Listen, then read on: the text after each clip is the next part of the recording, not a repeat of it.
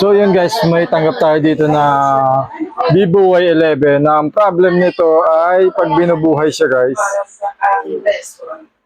Yan, pag binubuhay siya, naglologo lang siya tapos pabalik-balik lang dyan. Yan, mamamatay siya. Yan. Yan, pabalik-balik lang dito. Ito yung gagawin natin guys kung ano yung problem nito. So tara gawin na natin. Ayan. Butlog-butlog lang. Kasi nandito yung problem na. Yung pinaka-fuse niya guys, ang tatanggalin natin dito. Tapos i-direct natin para hindi na siya mag-restart. Okay. So yun guys, na-repair na natin yung battery nito.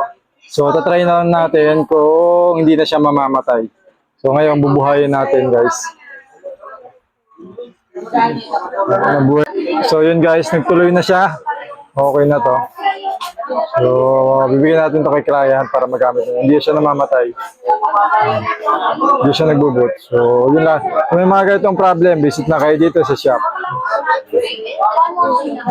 Okay na to, madam.